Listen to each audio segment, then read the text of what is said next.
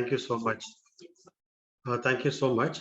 And I hope this is going to be the last lecture for the day and for the session, entire session also. So I don't want to put you into the trouble of, discussing a lot or deciding a lot or something like that.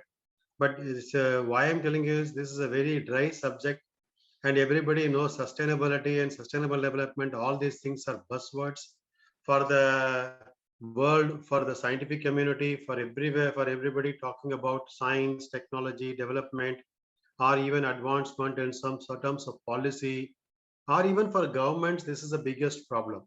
Recently the COP26 also has completed recently. Glasgow meeting also talked big about this sustainable development, energy optimization, energy reductions, alternative energy systems, right? Use of sustainable use of resources, responsible consumption, all these things. And along with this, we know very well how. So I want to tell you people also, this is not more to do with the science. This is more to do with the common understanding and also knowledge, and also to do with livelihood and even life of all individuals, the people living in the world, that has something to do with the science and technology. We all call ourselves as science and scientists and technologists. We are academicians basically, and in spite of all these things, the developments happened all over the decades or centuries also gave us a lot of learnings. How uh, human civilization evolves, how the comforts or the expectations of individuals or the countries or the people evolve, and how we are trying to, or how we try to alter or change the way the technology or the intervention works. So we know very well, even in our day-to-day life, we know how the sustainability also getting changed nowadays. I can give you a simple example. When we were the younger people, are our forefathers living in villages, most of the time we were using the wooden stoves, right? And wooden stoves means wood-based cooking systems. That is what the one people used by people. Interestingly, that took a very big turn in terms of life, luxury, and development, and clean fuel systems. We moved from ordinary wood-based cooking systems to wood-based stoves. From wood-based stoves to, we moved next level to the kerosene stoves, and kerosene stoves to the pump kerosene stoves, and from kerosene stoves to gas stoves. And now we talk about gas is not a renewable energy. We are coming to the circle of talking about electricity, right? Induction stoves and all electricity-based cooking systems. And parallelly, there is another development happening. We all know all over the world, the new development happening, that is called hydrogen-based systems. Now, world talks about hydrogen. India talks about hydrogen. Our own minister talked about India is going to have a drastic change in terms of energy use, that he was hinting. Before that, he was preceded by another industrialist talking about hydrogen economy in India. But some years back, the developed countries like Japan and all these countries talked very big about hydrogen, and they started moving their entire operation systems towards hydrogen. So the small countries are moving towards hydrogen economy, and Japan kind of countries, they moved ahead. They went and talked to people. Even they came to India. They wanted to transport hydrogen from one soil to another soil. And one of the countries in the middle, in between India and Japan, Brunei kind of countries, producing good amount of oil, and the oil also produces, use soils to produce good amount hydrogen. So that is one kind of development. And there is another parallel development happening to hydrogen economy, is again coming back to wood-based stove systems, cooking systems. Even the best of best companies in the world, even the energy companies in India, still talking about this wood-based, wood pellet-based, or the modified cooking systems, use that can be used in the high-rise buildings, kind of even multi-story buildings also. So that means every economy, every technology, every science has its own circle, and it goes back and comes out with new interventions, new ideas, new thought processes. So we know where what we do now in terms of talking also happens like this. So without spending more time, I just wanted to take you to the slides. I have around 39 slides and nothing to worry about that. These are all very simple slides.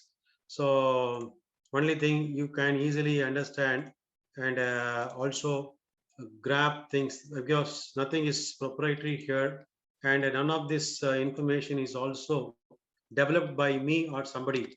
Of course, there are technologies worked by us, but I don't want to talk about the technologies here. I just wanted to talk about how the scientific and technology development groups, or the startups we call it as nowadays in terms of new development parlance, right?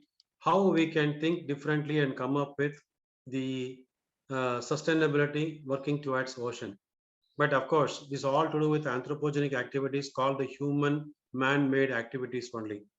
So I just titled this "Why We Need to Work for Ocean Sustainability," little different from the one given to me. Of course, you have heard all these things, right? And of course, the book on the left side just only for indicative purposes and not for any other. Nothing to I don't mean by providing this, and I'm not even asking you people to go through that or read it also. But if you're interested, you are free to read that. But when we talk about this marine bioprospecting and natural product research, this is a new buzzword we talk about. And on the right side, some of these titles you people would have gone through for almost a week. We talked about nanomaterials, marine biofouling, bioresources and aquaculture, and also chemistry, natural products, application of biotechnology in marine organisms, right? Exploitation of marine natural resources. All these things we talked about, even this metabolomics, transcriptomics, and genomics, all these things, everything is fine. Even there are titles on ocean acidification, fish gut microbiome, some many things are there, right? We talked about, even we talked about IPR. So everything is fine, but ultimately what for we are doing all these things, and everything talks about, everything relates to the human resource development, means human development, right? We want to do science, we want to develop some technologies for the benefit of the society in the immediate vicinity of us, and also our groups, our area, our country, and of course our continent. Ultimately, it grow. So we are all responsible for this development, whatever happens, either in terms of technology developers or technology users, or even indirectly or passively using the technology, if even if somebody is not using the technology directly or indirectly also. I'm telling about the tribal people living in the African continent and also even Andamans. They do not know what kind of technology happening in the world. They do not know how the exploitation happens.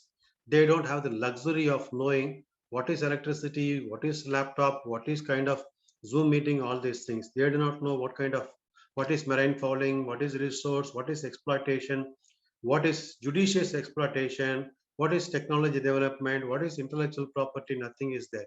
They live as if they are living with nature and happily enjoying the life, give birth, die, and all these things happening continuously. But we, in the name of developed people, or in terms of growth, we talk about many things, right? So the responsibility lies in our people who are really using this technology or developing technology to come up with solutions for the kind of problems faced by the community. So whatever interventions we do has its own consequences. It's something like your law of thermodynamics, third law, we talk about every action has its own reaction, like kind of things. Whatever technology we develop, the technology has its own consequences. It produces some kind of things. In biology, we know very well, when we talk about biological succession, in the biological succession, we talk about S curve and J curve, all these things, especially in microbial ecology, right?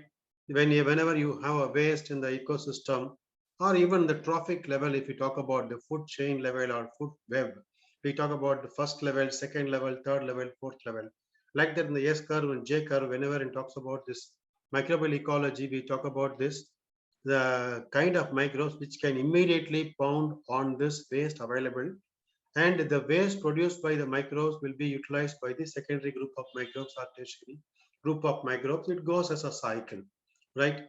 But coming to this action reaction, it's a cycle we discussed.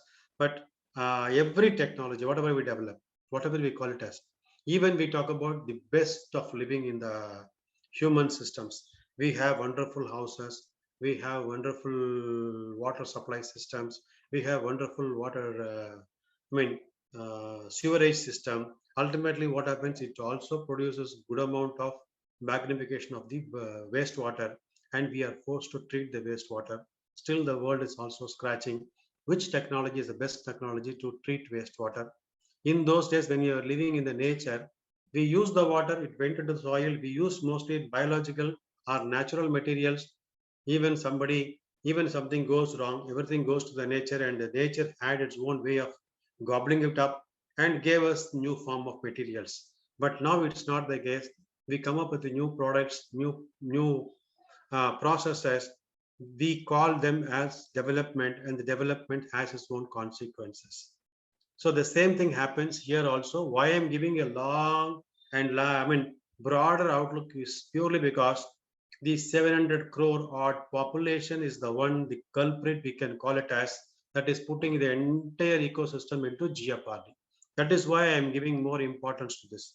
And coming to the natural ecosystem or the marine ecosystem, we know where how this marine ecosystem is used. I don't want to bore you people with the same kind of reading all these things. We know right from biotechnology to marine resource exploitation to oil to recreation, many things we have. And we know how we are trying to intervene in almost all areas and trying to have our own mark or stamp in every area, whatever we do. Right. And finally, we start scratching our head saying that there is some problem, how I can overcome this. This is what is happening. But coming to sustainable development, before going into why we should work on and how we should work on, but this is more important. I hope you also would have gone through this kind of slides. These are all open source information. When we talk globe as an ecosystem, we have to work on three things. One is the society, social. The second one is economy. I mean, how we can build something good for the society, the economy, and third one is ecology. So these are all the developments, especially happening in the environment and ecology side, and also responsible development side. And mostly scientists may or may not have much information about this kind of things.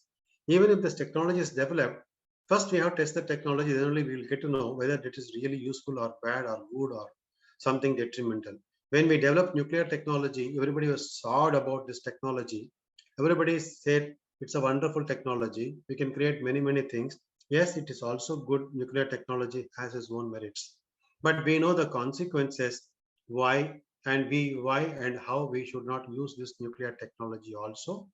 And also we need to know how we can optimize the use of nuclear technology whenever we deploy it in different conditions. There are countries who have dismantled the nuclear technological developments, but India is one of the signatories, of course, want to use it for benign purposes. We are sitting with at least 6 or 7 big nuclear facilities. We still talk about benign use of nuclear technologies. We know how chemical science evolved, and we know after this use of chemicals, and when we talk about large scale development, or we call it as scaling up. In industrial, terminology, we call it as scaling up. When we produce a small scale level, there is no big problem faced by the world community or the human community. Whenever we go for scaling up, when we produce large scale and put it in a kind of biological and especially ocean research side, easily find out how the aquaculture industry is getting transformed now. We know very well. And as especially, I don't know how many of you from are outside the country. When we talk about India, we know there are aquaculture in the areas where people use good amount of antibiotics, and how the antibiotic used fish products are not exported out of the country, and why industry is also getting transformed how not to use the antibiotics. We know very well, right? So when we develop something, we do not know, but when we go nearer to the level of telling there is a problem, then we start working on different new technology. This is how the cycle works, technological development cycles, or the development cycle per se works. But when you talk about sociology, social development, after all, we are working, living in a community, and we are responsible academicians, researchers, scientists developing something for the society. So this is a triangle: society, science and technology. The society develops science, and the science gives birth to the technology, and technology used for the benefit of the society. And society evaluates the technology every time and tries to go back to the science to get some answers. Again, it's a cycle that happens always. So we are somewhere caught up in the kind of circle, and we cannot come out of this also, because the globe is also, we know very well how it is, right? We have cannot come out, but we have to come up with new interventions. That's more important. So this, if you see this, I just want to give you this parallel here. When you talk about social and economic, they should be equitable. That means even the technologies, governments also work like this. You see, I can give you a simple example of how the governments democratize the use of mobile phones. 20 years back, nobody had mobile phones. Now everybody has mobile phones purely because democratization of communication happened by the government's policies.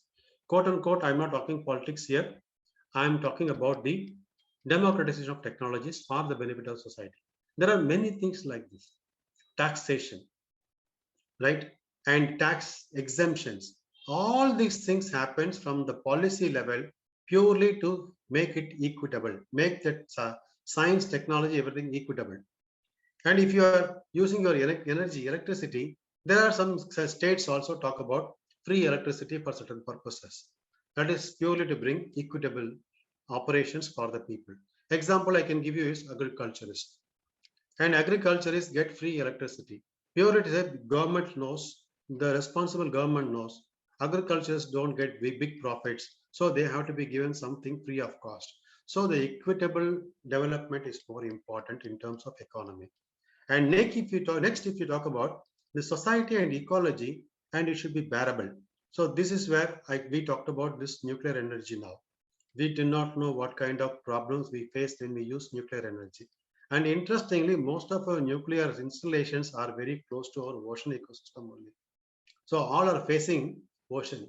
So whenever there is a problem, one of the first thing get hit is the ocean, right? And if there is another island somewhere, another country, other side, they are also going to get affected. Of course, slowly it's also going to be there in the mainland, but the bearability is more important. If you are clearing the forest, so what kind of consequences the clearing of forest will have on the life of the people? So that's important. And the burgeoning of the cities, right?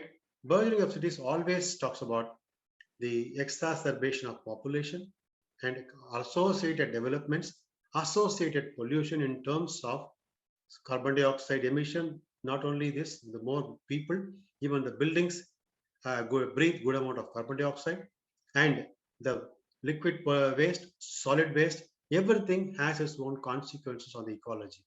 And whatever we talk about in terms of all these things happening in the field, that has something relevant to the oceans. Ultimately, everything finds place in the ocean. The following slides will give you a little more information. And of course, when we talk about economic and ecological or societal, whatever we call it as, it should be viable.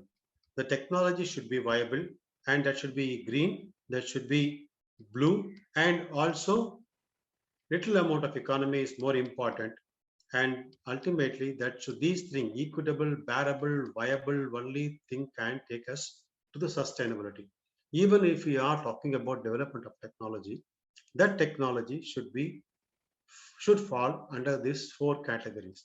It should be viable, should be equitable, should be bearable. Why I'm giving you this information is there is a parallel development happening in the country and also the world, called as startups. That since because I am also nurturing startups now, I'm in a position to talk about this. I have to talk about this. The most important thing. The viable, equitable, bearable is the one we should talk about whenever we develop a technology.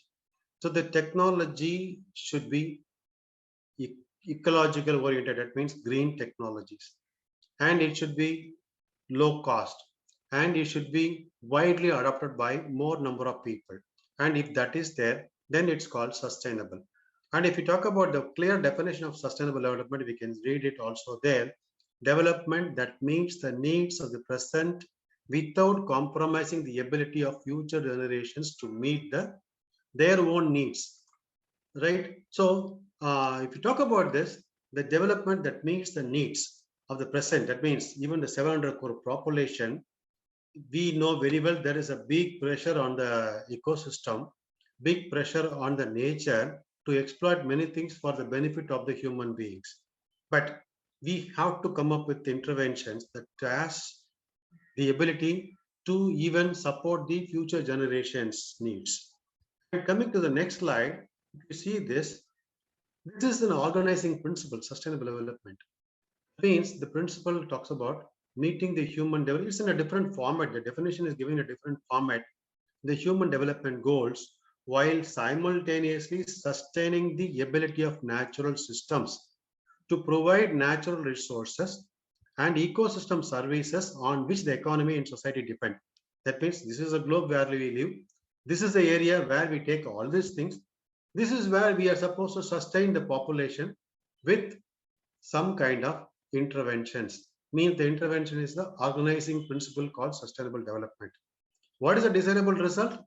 A state of society where living conditions, resources are used to continue to meet human needs without undermining the integrity and stability of natural systems.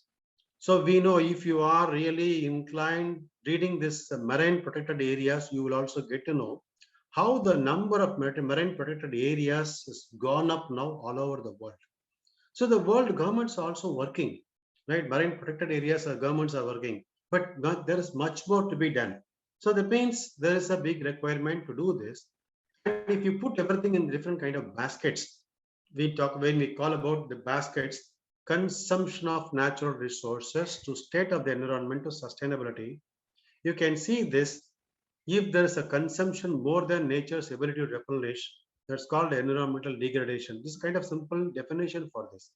This is called environmental degradation, which is not sustainable. But when we talk about the consumption is almost equal to nature's ability to replenish, that's called we are somewhere in the equilibrium level where we try to create a steady state of economy. The definition of that we will go a little later. But if we go to this, the level of less than the nature's ability to replenish the consumption of the human resources, the natural resources, then we say we are environmentally renewable ecosystem and it is sustainable. Can we create that?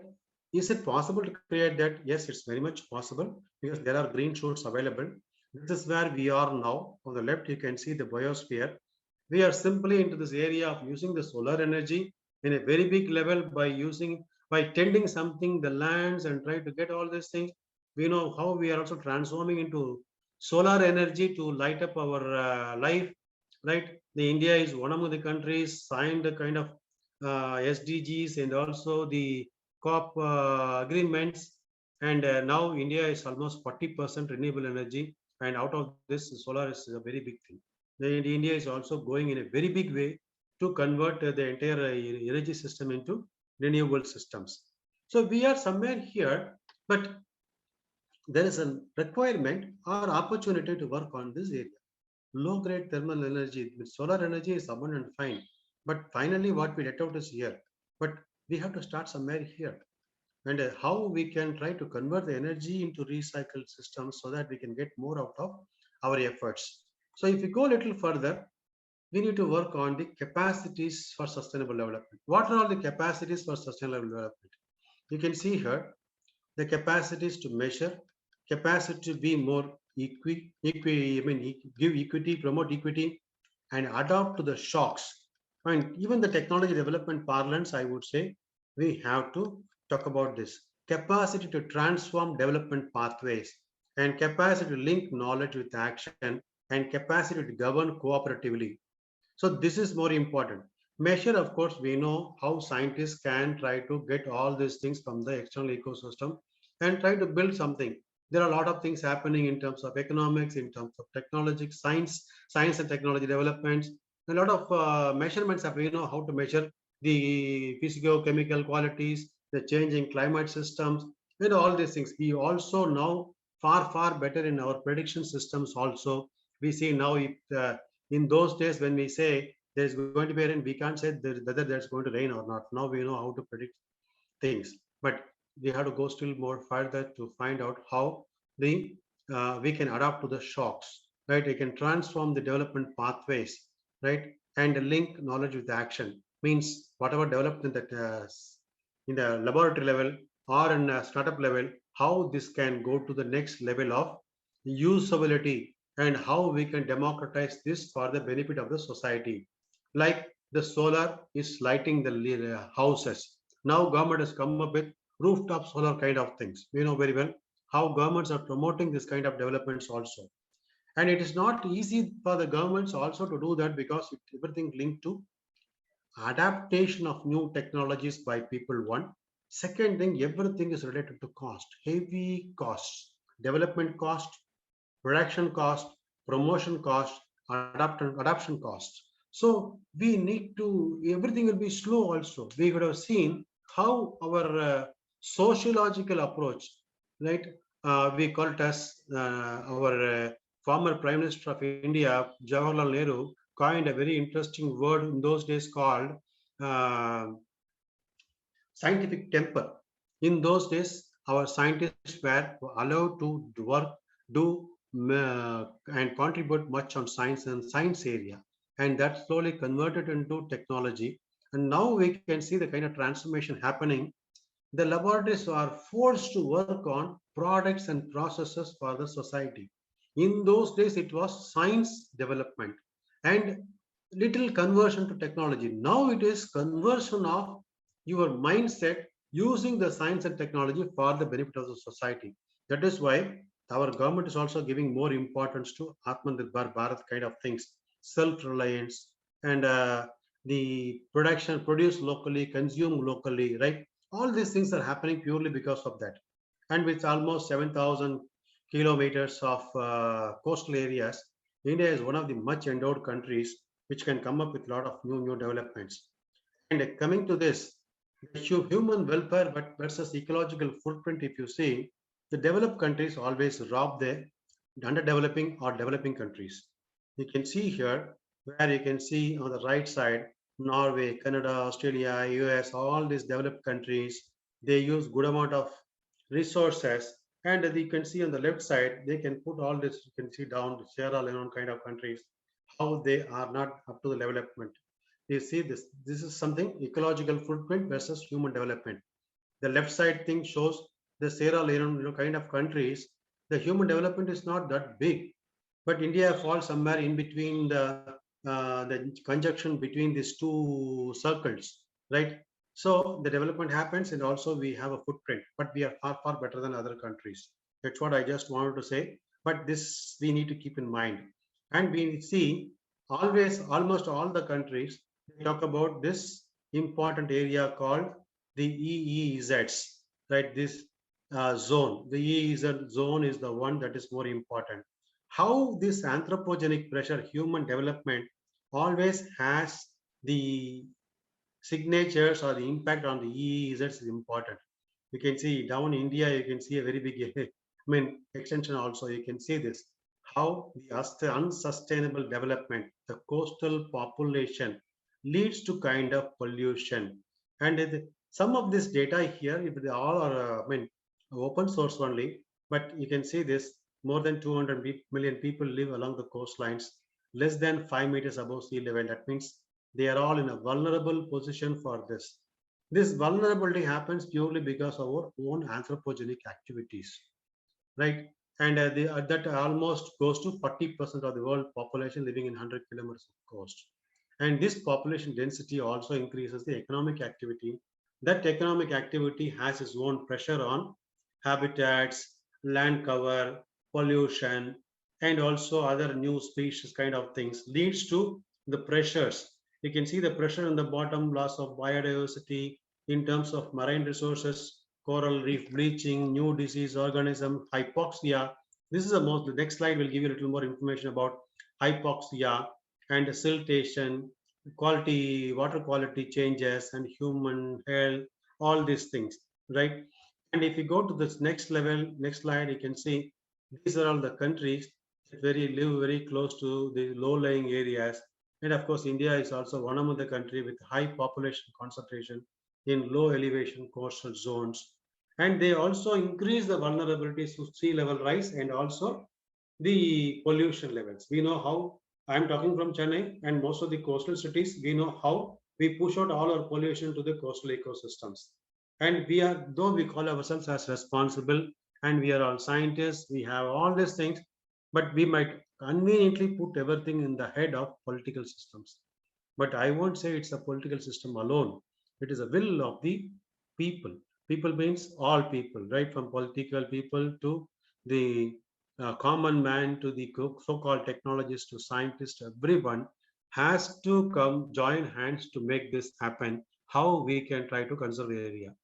I can give you a simple example of the earlier we had seen this Norway, Sweden, all these countries.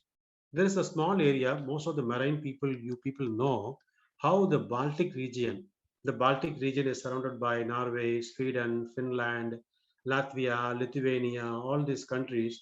They joined together, I mean, Estonia, all these countries, they joined together and formed a kind of group of people and they come up with a solution. I mean, Germany kind of countries, how they can conserve Baltic Sea. There is a big movement happening in Baltic area, and this is a one good example also for the entire world to look upon to say how the quality of the water also changed because of interventions, especially the responsible governments. So I'm not going to read all these things. I'm just giving this information. And coming to the dependent, interactive, interdependent system on the ocean economy, we can put it in two baskets.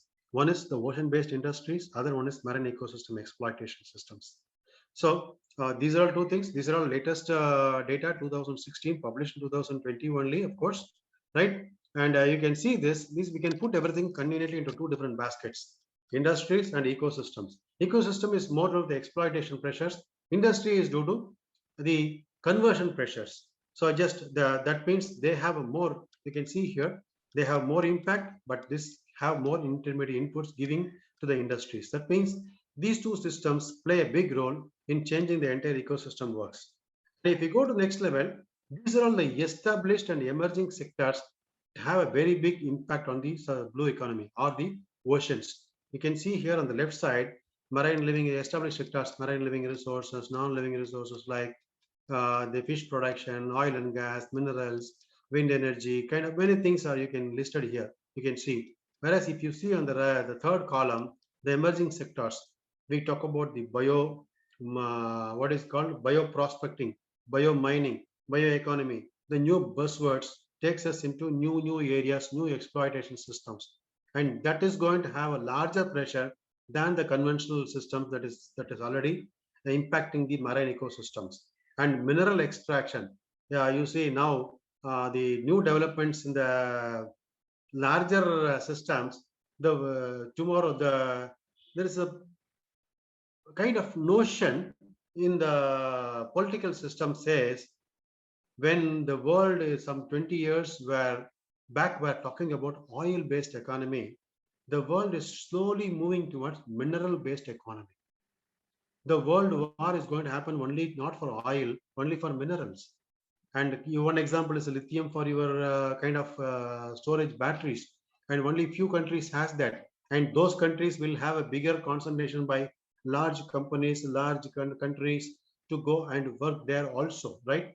So the transformation happens based on the exploitation of different resources from different ecosystems. Who knows, tomorrow the ocean also will become a big fighting ground for people to extract more resources. There you cannot have kind of EEZs also, economic zones also for the countries at times fighting for resources. So you can see this, the infrastructure in terms of new development of new ports for the transportation of materials, the energy from the oceans, and kind of other things, defense in the maritime systems, right, security, surveillance, All these things are going to play. You can see the mineral areas. You can see the big exploitation area is titanium, copper, zinc, cobalt, and other chemicals from the sea waters. So this is going to be a big area in emerging sector, and they are going to have their own say tomorrow. And coming to this, the prediction of the OECD in 2016, till they worked out how the economy will go. The peak post-COVID, the pre-COVID, post-COVID, and the scenario of industry development. You can see this comparison here between 2010 and 2030. We are somewhere in the middle, 2020. You can see how things are getting shaped. And the economy, you can see here, tourism takes a big leap here. You can see on the left, right? So there's going to be a big growth. But of course, with this COVID, all these things, this is going to change, but still the growth is going to be there. And offshore oil and gas, port activities are going up, equipments are going up, processing going up, wind energy exploitation goes up. You see, from nothing to this levels, transportation goes up, shipbuilding, repair, conversions, all these things are going to happen. And industrialized fishery systems, industrialized aquaculture systems, all this going to change the marine ecosystem or economy in a very big way, and they are going to have a pressure on the marine ecosystem. And you can see here, this is very alarming already. These are all the things captured by Nippon Foundation through this various program. This talks about 97% of the world ocean habitats have been impacted by humans now. That means there is no space for us to play a bigger way. Only thing we have to think of circular economy henceforth. We can't think of something going to, it's not, we are not working with the kind of Vasco da Gamas or America Vespucci's to go and find new areas or new found lands to go and inhabit also. So almost we have covered the land mass, and we know what is what, where is where, and how they are. Now only thing we have to go towards the circular economic systems. And 90% of the ecologically important species are depleted by human impact. That's also another alarming systems. Knowingly, unknowingly. This is another thing. And 60% of the seagrass and wetland habitats destroyed. The following slides also will give you some more information. And of course, this talks about plastic pollution, and that's also happening. The following slides will give you. As a result of all these anthropogenic activities, you can see the growth of your carbon dioxide addition into your atmosphere, right from almost this level to almost 400 ppm, almost to 400 ppm. It's going to be alarming now. That means your area, entire ecosystem is full of carbon dioxide. Knowingly, unknowingly, ocean is the one that is giving us, scientifically also it is proven, ocean is the one that is surviving us. It is not the greenery or the agriculture or the forest that is surviving human beings. Ocean is the huge area that gives us more oxygen and also takes more carbon dioxide. And there was a lecture on acidification, and that is purely because of our anthropogenic activities, and that is also changing the way the marine ecosystem also works, right from primary production, because the carbon dioxide has to be absorbed only by the primary producers, and the seed has to go through the food web to get itself to the final level. So the change you can see only because of human greed. And in terms of carbon contribution or emission contribution by different countries and also continents, you can see Asia, Pacific, and Central Asia, and you see one country, United States, talk about how they are performing. So Canada, one small country. So you can see this, there are countries versus continents versus the group of countries. You can see how they contribute to global warming also. And this slide, they talk about the most important polluter is the nutrient pollution. Before industrialization or before 200 or 300 years, it was an ordinary water cycle that normally takes, the clouds take water and it gave you rain, and the rain was going through the rivers and lakes, all these things. Finally, it was going through the runoff. So the human intervention was not there in a very big way. Now what happened? The human intervention has started adding right huge amount of nutrients to the oceans. This is purely because of processing industries. in terms of humans, in terms of agriculture, many things. Even day-to-day life, we use a lot of chemicals, right? From bathing soaps to your shampoos to your washing soaps to many things, whatever you talk about test, right? Everywhere the chemistry plays a major role, and all chemistry, knowingly, unknowingly, goes into your ocean systems. That is why the oceans are also under pressure. So you can see on the right side, the number and size of ocean dead zones has doubled each decade since 1960s, mostly due to nutrient pollution from agriculture. So that's why I said, so humans in all forms, they try to contribute. So that is general. This talks about the phosphorus levels. When you talk about nitrogen or carbon, they have a gaseous cycle. Sulfur has a gaseous cycle, right? But whereas phosphorus is a ore highly used in and highly soluble, of course, whenever there is a good amount of water, and it is also moved from continent to continent, area to area for agricultural productivity. All this agricultural productivity ultimately leads to the ocean in terms of soil runoffs. And what happens naturally, this ore excavated from your land mass finally finds place in your oceans, increasing the phosphates. The increase in the carbon leads to the phytoplankton growth in your ocean ecosystem, and increase in the phosphates also increases the growth of algal systems in your phytoplanktons in your ocean ecosystem.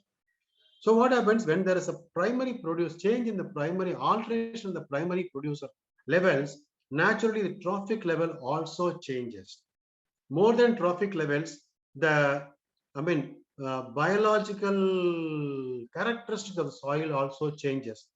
Right from transparency to, talking about the transfer, penetration of light, sunlight from certain distance to the hyperlimnion to whatever you call it as, right? The bottom level, the entire way the system works also changes. If there is a big algal mat, naturally the system also getting changed. So we know very well the addition of carbon, addition of this. Along with this, of course, you have nitrogen, other things. So all these things lead to ocean acidification. This ocean, I'm not going to spend. Already, you had a very good food of acidification, how they impact marine life. But this is a real reality we need to take into account. That we need to talk about this. This is more important. So what happens? That leads to hypoxia in the coastal marine ecosystems. That means the depletion of oxygen in our soil, in our coastal systems. This depletion of oxygen, of course, this is the equilibrium change. Of course, there is more carbon dioxide. If there is more acidification, if there is more amount of phosphates, naturally the primary producers population will go up. But the primary producer population increase also leads to kind of death and decay of all these things. That leads to kind of sedimentation. The change in the quality of the sedimentation of the ocean floors, and that leads to kind of low oxygen levels in your ocean systems. You can see the blue dots or blue areas where you can see more pressure in terms of low oxygen declining or low or declining levels, and that also talks about the coastal ecosystem. And these are the areas where we talk about fishing areas also. These fishing areas again changes the biodiversity of that particular ecosystem. So there is an alteration in terms of that also leads to kind of food preferences or changes in humans also. That's what I just want to indicate here. So these are all things known, how we suffer from all these things. I'm not going into this. Of course, you can see the another one we also talked about. If I'm right, somebody would have talked to you about the plastic waste. We do not know how to come up with new alternative materials. Of course, even there are some people in the Satyabama also work on alternatives to plastics. Dr. Inbag and then Dr. Stanley Abraham, Dr. Govindraj, kind of people also working on these areas. But there is an opportunity for one to work in a very big way. That's what I just want to tell. Of course, these are all things also known to our people, uh, how the microplastics contribute to big levels. But one thing, coming back to our area called the oceans, this is the basic data. Everybody knows this. It covers 3/4 of our Earth. 97% of Earth water is available there. I just wanted to brush your knowledge, or that's why I'm giving this slide in between. So these are all a known concept done from the school level, third standard or fourth standard also. But still, it's good to brush our knowledge to say, but it represents 99% of living space on the planet by volume and contains more than 90% of planet's living species. So we unknowingly, or of course, knowingly nowadays, change the entire system works. And I just like one particular algae, how this is getting changed. And that change is also going to talk about a very big, right from 40 to 40, we call it as if you go from north to south, right? You can see this next slide.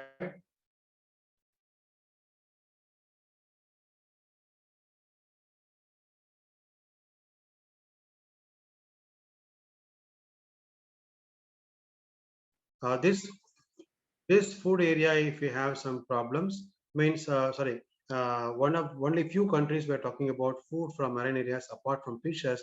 Now we are talking about food from different formats also coming to our food plates. And of course, medicine exploitation of marine medicine is infancy, and a lot of opportunities nowadays talking about, and they're going to have its own pressure. But coming to this, why SDGs? I do not know how many of you are exposed to SDGs, Sustainable Development Goals, but I just want to spend some slides on this. The 2015 year marked, we have to mark everything. The world governments, almost 150 countries, joined together, declared this United Nations 2030 Agenda for Sustainable Development. This they brought everything under 17 goals. Even if you are working in science and technology, you are supposed to pack your technologies. You have to, it's a kind of introspection. You have to understand or pack your technology in some of these areas. You need to deliberately do this, whether that's going to reduce poverty or reduce hunger, or it's going to give a good health or well-being for the people, or it's going to give education or equality, or it's going to give clean water and sanitation, or it's going to provide energy, affordable and green energy, and good sustainable living environment, and is going to lead to responsible consumption and production. And of course, the bottom line you can see 13, 14, 15 talk about real biodiverse areas, and 16, 17 are common things. I'm not going much. Next, if you see the bottom area, biodiversity, soil, water, and climate, you can see the boxes here 1, 2, 3, 4, 5, 6, 7, 8, 9. Out of the 17, 9 are particularly related to the natural systems. And other things on top of this, only you are building your society, economy, and also other things. I'm not spending much time here. And if you see, talk in terms of agriculture and food system developments, this is how this goes. The planet, you have 4, 5 here, another 6 sitting here somewhere in the people dignity and justice area, and other 5 sits here in the prosperity area, and needs to think. And when you put this into marine, you can see it here. Every block has some relevance to ocean development. This is what I just wanted. This is available in the open source. You can see this life below water, the coastal ecosystems, the marine systems has very good say, and it has been captured fully with the SDG goals, and everybody has to work on these areas. The goal 14 has some of these points here. Next slide will give you all these points captured under goal 14. The open source information also give everything here, but you can see here pollution, fisheries, acidification, small scale, everything is there. So nothing to worry. You can get all this information about this SDG. I just want to plan this name called Sustainable Development Goals. That's all. So I want next slide. These are all the things 14.1 to 14.7. So you can go through all these things. You can also, align your research and technology development to this. And of course, one particular organism I just wanted to discuss is this Prochlorococcus. I hope somebody would discuss this. If not, please start thinking on these lines. This is a wonderful, versatile microorganism with phytoplankton algae, and it acts according to the marine food web and also biogeochemistry. That means It's the pliability and plausibility or flexibility of this organism is tremendous, stupendous. We call it as, right. It's a non-nitrogen fixing cyanobacteria, abundant in almost all waters, including Indian waters. And this is more important. The last point is important. Study of its diversity, physiology, ecology is critical to describing and predicting the biological process and patterns that originate in the base of marine food web and the implication for carbon dioxide uptake and climate variability. Whatever we do, this algae has some answers. That is why I brought this here for discussion. So please, if you are interested, you can go through this. There are very good reviews available on this. This is the smallest known marine phytoplankton and has around 2000 genes. And it's not like the other algae that has 10,000 genes, right? And interestingly, the small algae size has a large surface area to volume ratio affords a competitive advantage for the limited light and nutrient resources. And the genetic flexibility of this algae also plays a very big role in gobbling up nutrients, in gobbling up all the sins in terms of carbon dioxide, and grow very fast and multiply very fast in different areas. The next slide will give you a little more information. If you have nitrogen, if you have carbon, if you have phosphates, whatever you call it as, everything this takes, because this overpowers other microbial system, I mean the microbial or the phytoplankton systems also in the ocean ecosystem, and it dominates the scenario in mostly 40 to 40 we call it as, right, in latitude longitude systems. And this slide is the one I just want to tell you. You can see this in tropical ecosystems, it dominates. And 3 billion cells, 10 to the power 27 octillion cells are available in ocean waters. And one drop of seawater has 20,000 cells. And their mass is almost like, the total mass is like 220 million Volkswagen Beetle cars. Right? All these things are open source information only. And interestingly, they divide into half, but not genetically identical. According to the condition where they live, they try to provide their offsprings. That means the genetic identification is less. That means their genes are very much flexible to suit to their conditions. So that is why they are available in the big strata. And 80,000 genetic types collectives are identified so far. And you can see this on the right side. The surface water available Prochlorococcus has around 1,700 genes with more light loving ability. Whereas if you go to deep waters, they convert themselves into kind of versatile plankton. They have more genes, accumulate more genes, utilize the nutrients available in the lower systems, or to capture the light from the long distance. So it means the versatility helps one to understand how and why one should work on this. And coming to this blue economy, and I'll be just closing in another 5 minutes time, not more than that. I will not spend more. But the capacity, the blue economy capacity, only for indicative purpose I brought this, but we know all these terminologies. If you talk about the capacity, blue economy capacity, the scientists believe there is a possibility and capability for the human being to come up with sustainability also. Only for that I brought this slide. Other things you can get it from open source, from the publications, nature reviews, and all this has all the paper publications. Of course, I want all you people to read this one particular publication, a sustainable ocean economy. This is a sustainable for 2050, right? And this is brought out by World Resource Institute. And this gives these 3 slides.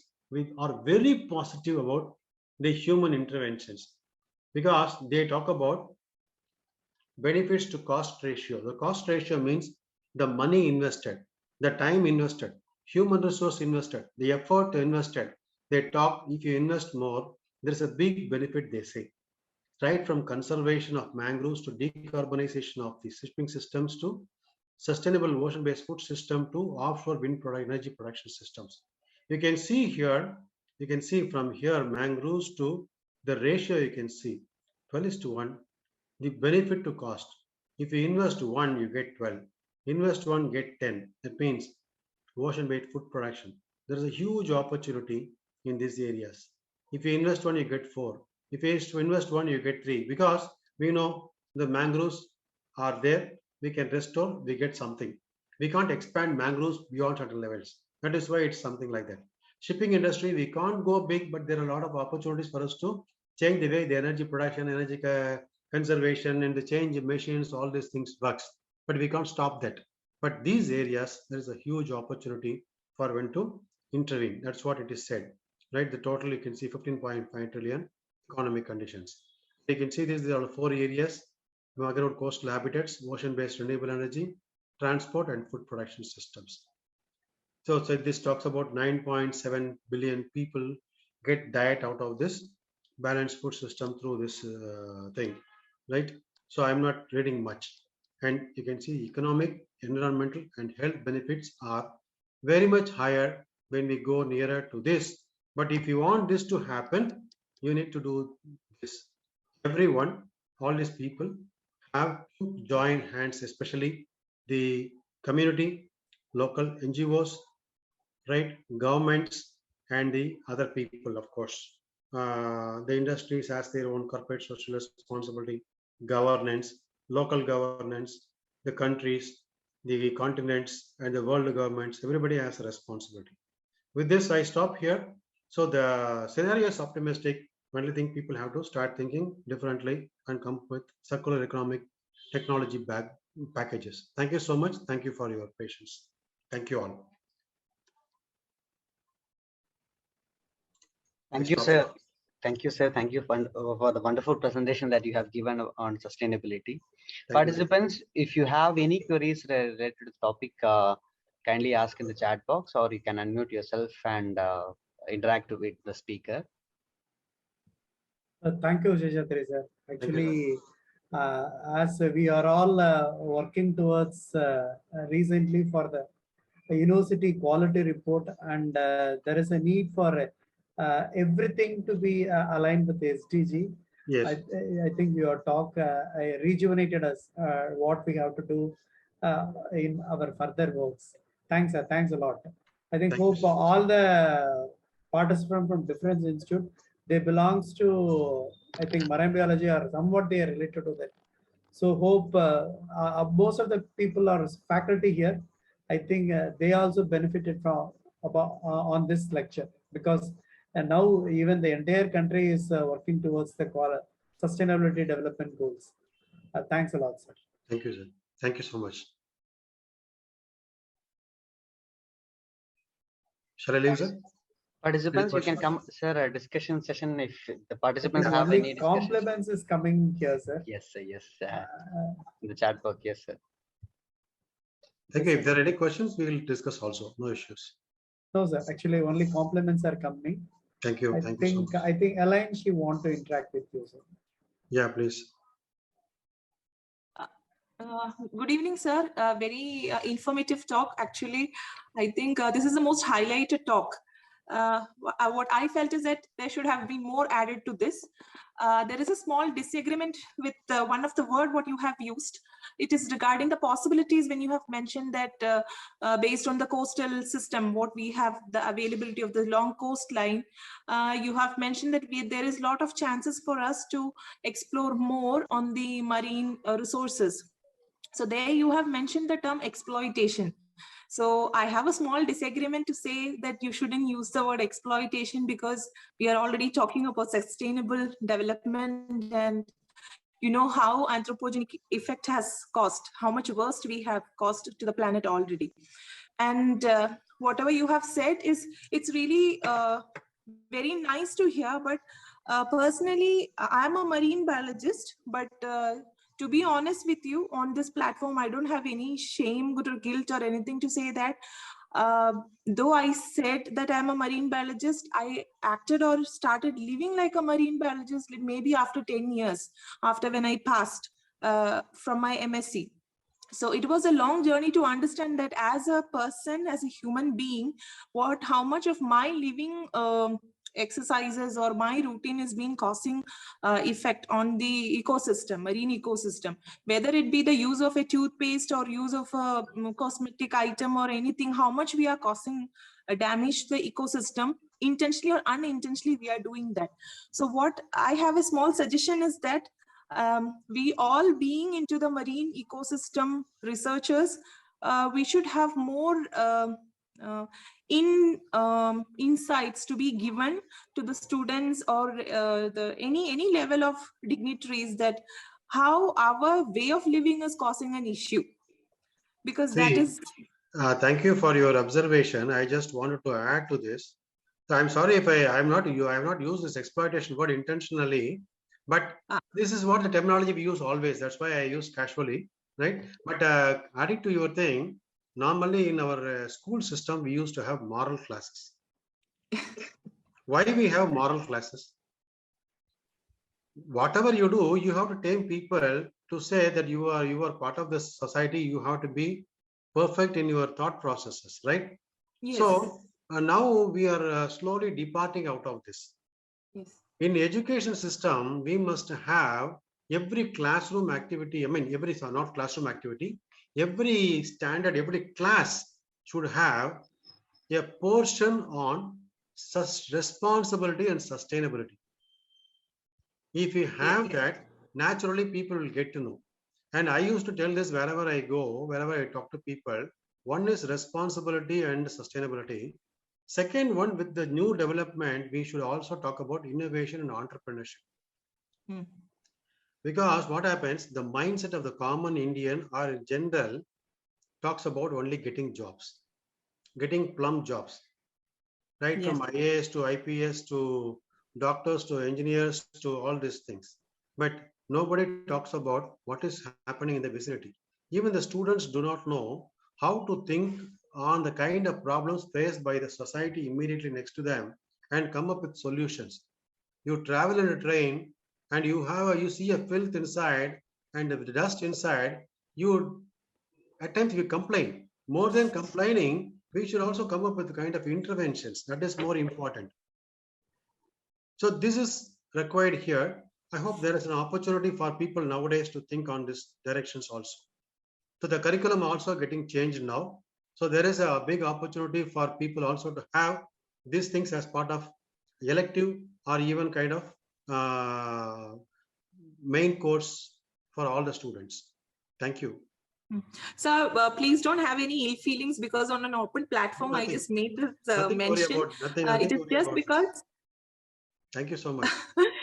It is just because I personally found how much it is difficult to follow or practice certain things in our life as a marine biologist, so that we don't cause any harm personally. So that is why I just brought that. I feel like you should add these things also, sustainable lifestyle, to be also implemented as a researcher, or in our lab level also we have to implement, because most of the cases, like in the labs, what we find is that any new student is coming, they have to do the standardization, they have to learn, for example, nutrient analysis or anything they are doing.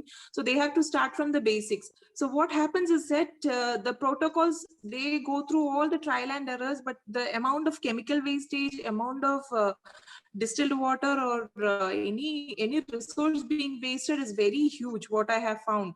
And it is very difficult to make them understand. And there is a part is that seniors or whoever is there, they won't be easily able to give or share or give their insights regarding this. But there should be a common decorum where you have to tell that reuse the tips or reuse the Eppendorf tubes, or you shouldn't use chromic acid, or you should go for HCl for the double distill. I mean, double cleaning and all those things. So these are the things which I have many things like this with me. If you want, we can discuss also for hours, right? There are many things like this, and we can bring in a lot of changes also, right? The VR we talk about, VR has a lot of answers nowadays for people also to understand, right? So one has to. That is why I'm telling. We have to open ourselves and try to take new technologies to help people. So how we can is one question we need to decide. Even laboratories experiments also can be done virtually, possible. So we need to think on these lines, how we can do this. Yeah. right? Possible. There's one more hand raising. Kapuli Gani Muhammad.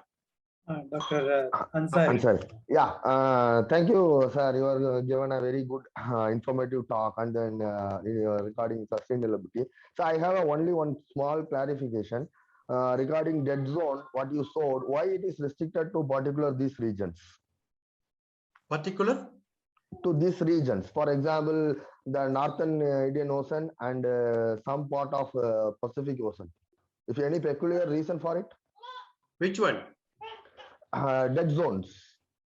See, the dead zones means you can see mostly the coastal habitats. Wherever you have coastal habitats and anthropogenic influence, those are all the areas you can see in different dead zones, with the different dead zones, right?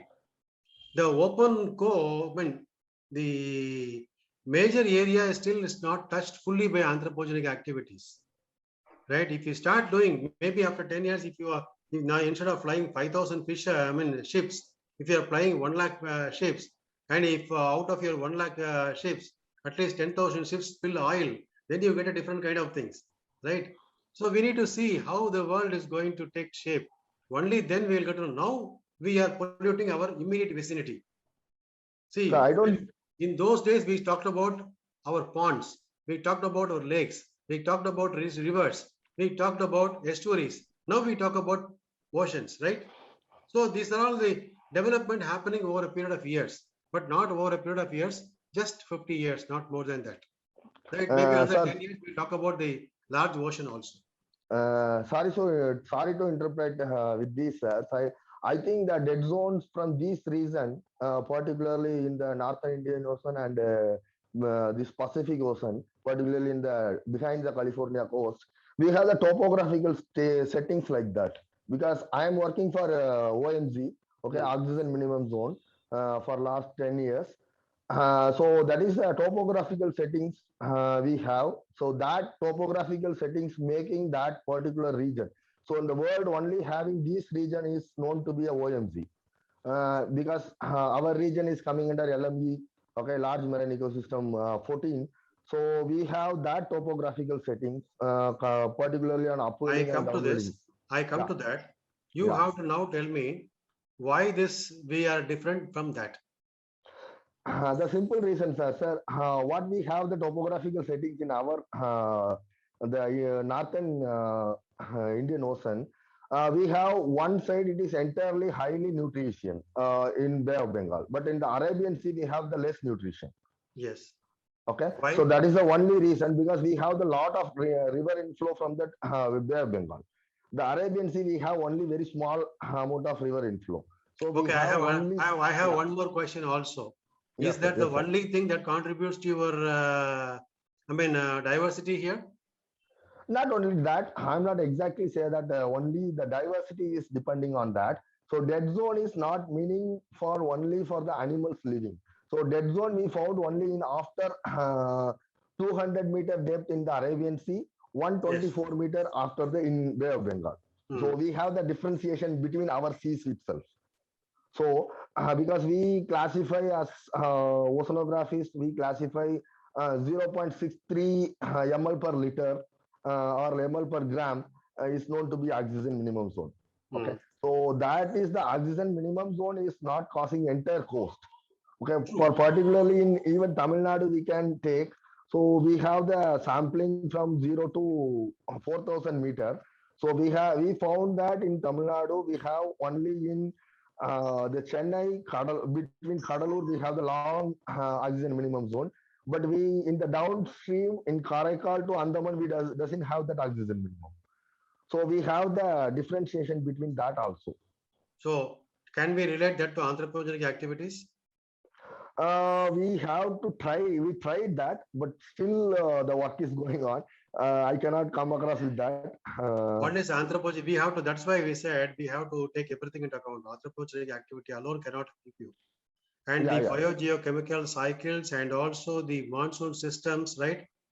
Yes. We have to take everything into consideration, because when you say Chennai to Kadalur, there is a activity, right? Yeah. And if you go down further, and the Andaman seas are almost closer to the Indian Ocean system. Yes, sir. Yeah, we agree with that. So, And if but you go a little further, I'm sorry, I'm taking a little extra time. If you go no a little problem. further down from Mandapam to Tuticorin, you can see a different kind of ecosystem there. Yes, sir. Yes, sir. So, Right? I think you are talking about only in the coastal region. Okay, so the anthropologic impact, what you said exactly in that earlier to Elaine. So it will be we reached only in the very short distance in the depth profile. Okay, but I am talking about in the even deeper. So if we have reached nearly 2,000 meter, we will get back to that the oxygen level into the higher level. So because why I am getting clarity from you, because we are working in the particularly on Benti community, so we have that more duplication problem in the oxygen part of that. So in the Benti community respiration and remineralization, we are getting that very highly impacted on that particular dead zones. Because of that dead zones, not only for in the water column, it is also highly impacted in the sulfide sediments. So what we found in that our environment. That's So why that I is said biogeochemical cycles. yeah, that is the reason I'm just getting a clarity from you.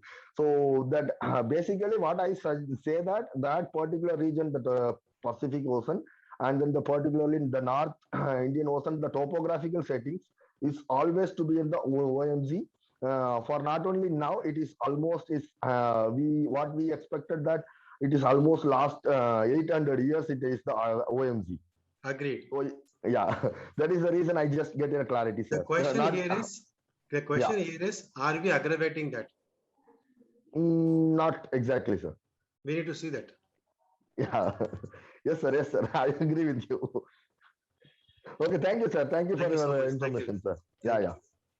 Again, thanks a lot, Seshadri sir. Thanks for the patiently you are answering for all the questions, and thanks for the wonderful explanation also. Thank you, sir. Thank you. Now we are moving to the feedback session. I welcome a participant to voluntarily provide the feedback of this particular faculty development program. We just want to know what are the pros and cons and how we have to improve ourselves, or if it is anything positive also, we just please tell. Hello. So we can hear you, sir. Please go ahead, sir. Rajendran, sir? Yes. Yeah, please go ahead. Good evening, everyone. First of all, I thank the director and the FTP organizer for accommodating me to this program. To be frank, all these sessions are excellently handled by the people, those who have expertise in the particular field, right from the day 1 to the 10th day today of the program. I have learned something new through this program, which will be applied to my research. I congratulate all the people involved in this program, especially Dr. Inbakandan, for being organized the wonderful topic for this FTP program.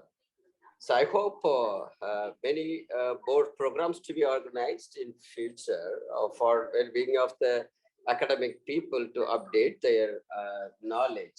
Thank you very much for the organizers for this wonderful FTP program. Thank you very much. Thank you, sir. Thanks a lot.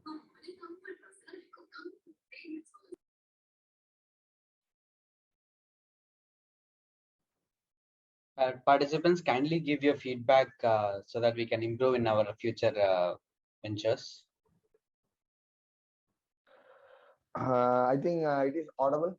It is Dr. Ansari. Yes, Yeah. sir. I thank to Satyabama Institute of Science and Technology and Dr. Inbagandan sir. So for the giving me this good opportunity. I have come across with different FDP programs. I'm very happy with that related to ocean and ocean research in FDP. This is what I found very rarely in that FDP community, what I feel. And then the selection of topics, what you given, it is a vast area, because ocean is the vast area. So at least we covered in 18 sessions in a different way, and then different sessions, and everything is related to ocean and then nanotechnology. So I thank for the organizing team entirely to have the very great job to complete this FDP. So I'm thankful to each and everyone who have raised the very informative questions from the very informative the discussion from our talk given by the experts.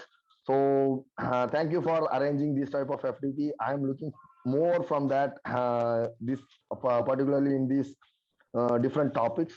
So I hope we have in a connection. We will discuss in later stages for the other progress what we try to work towards. Thank you, Inbaran sir, for this opportunity. Thanks a lot. Thanks a lot. Actually, I want to say that myself and Ansari are the PhD lab mates. So thanks again. Yeah, thank you, and sir. welcome for the future kind of collaborative prospects. Yes, sir. Thank Yes, you, sir. sir. Sure, Thank sure. you. Yeah, yeah. Thank you, sir.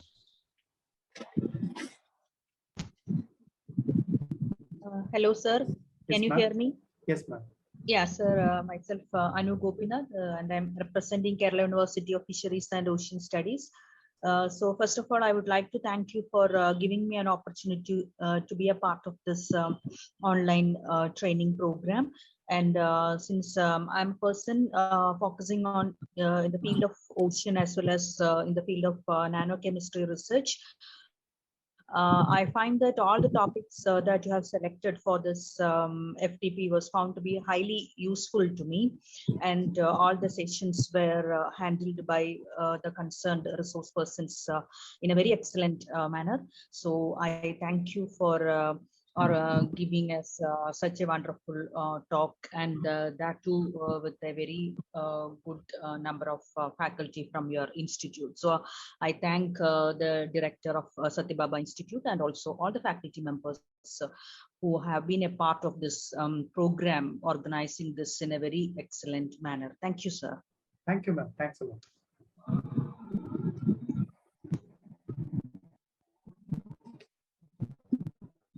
So shall I? Yes, ma'am. Yes, sir. Shall I propose, sir? Yes, ma'am. Yes, ma'am. Welcome. Can you hear me? Yes, ma'am. Yes. Yeah, on behalf of all the yes, sir. On behalf of all the participants, first of all, I'd like to congratulate Dr. Inbakandan, sir, for arranging this kind of a faculty development program for 10 days. It's not an easy job. It is really interesting, and people like me know we don't have any marine backdrop like that. Okay, we are like in that case, it is really a good opportunity for me to know about this marine resources and diversity and what are the researches going on. This is really a new subject to me, because I really don't know what kind of researches will be going on in the based on this marine resources. So it is really wonderful, sir, from the day 1 to day 10, starting from the nanoparticle synthesis to characterization to till this ocean sustainability. This lectures chosen was really sequenced well from the day 1, and it was really nice platform to acquire more knowledge about the marine resources and the bioactive compounds, and also about the recent technologies that you are applying in your researches. It's really wonder to hear all the session. I really thank you, sir, for arranging this kind of a program. In future also, I request you to arrange a workshop like that, so that it will be useful for people like us to gain more knowledge from this side of subject. Thank you. Thank you, ma'am. Thanks a lot. Actually, even I saw some of the messages in the chat box also. Actually, we the WhatsApp group which we form now, I think it will be very active only. Soon I will make it to interact. I make that WhatsApp group to interact for everyone. Right now I have restricted only to the admin. I make it as an interactive. And another thing I want to say that you people can even share whatever workshops are there in the group so that others will get benefited out of that. Apart from that, we want to organize some more specialized workshop. Actually, we want to do some, even whenever we are talking about that metagenomics or genomics, people are always, I got some questions on quality trimming, what is post sequence analysis and all. And we plan for another workshop. So it will be a demonstration, live demonstration workshop, that will be helpful. Also, with the kind of interaction, we also want to make another workshop. If Ramesh sir is very much available, I asked the department people to arrange a special workshop on our language alone, so that it will be again more benefit for you people. It was really nice. This hour, it was really nice. This hour, yes. Even yes. I learned a lot from him today. Yes, so even we want to utilize him a lot. And it's a Ramesh sir, Sambandham sir lecture. Looking forward, sir. Looking forward. Yes, yeah, thank you. Yes, ma'am. Thiruvanantha Sambandham. Trinyana Sambandham sir lecture is also, it was very nice, like introducing a new techniques. He applied a lot of new techniques in his works. That was new to us. It was very nice. Yes, ma'am. He only proposed another workshop, as you coined that term. You want as an offline workshop, and he is ready to do that in an offline workshop also. So soon we will get the intimation. Thank you, ma'am. Thanks a lot. I think Dr. Nidhish, you want to interact. Ma'am, you can unmute. Good evening to respected all. Sir, thank you so much for such wonderful sessions. I really appreciate your structured approach to such topics. Like ma'am said, I'm also not having that marine knowledge about, but it was really enlightening session and excellent work inputs that your program had made me aware about. And I would like to enhance my students' knowledge also regarding this. So, sir, like you said that you are going to organize more such virtual workshops, and that virtual lab sessions can be included. That will be very nice. That's what we want to make it as an interactive workshop. Absolutely, sir. Sir, like Sir Ramesh sir today had given that art studio thing, and one more sir was that lab was showing some work there, so that were very good, because that gives an insight to what you people are doing in your lab, and we can easily virtually approach it to you. Sure. We will definitely arrange such a kind of workshop. And wonderful work, sir. Wonderful work. Thank you so much. Sincere regards to all of you. Thank you, ma'am. Thanks a lot.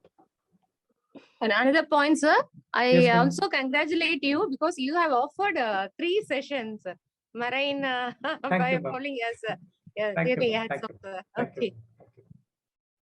Milton, sir?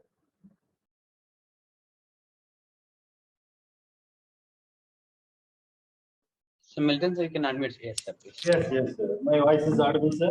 Yes, ma'am. Yes, sir. Good evening to all. So this is one of the fantastic FTP program that I am also one of the part of this particular program.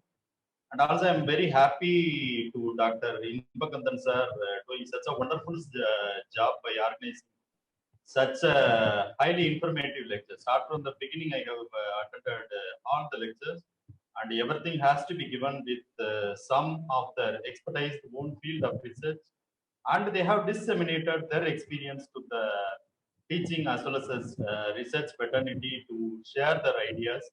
And this could be the very interesting thing, because you have doing much of the very interesting things in that marine area. So all these your expertise has to be shared with the peoples like us. That would be a very interesting thing, and that is a very good learning experience for me also. So I am very thankful to the organizing team and Satyabama and the Center for Postal Research for doing such a wonderful FTP program.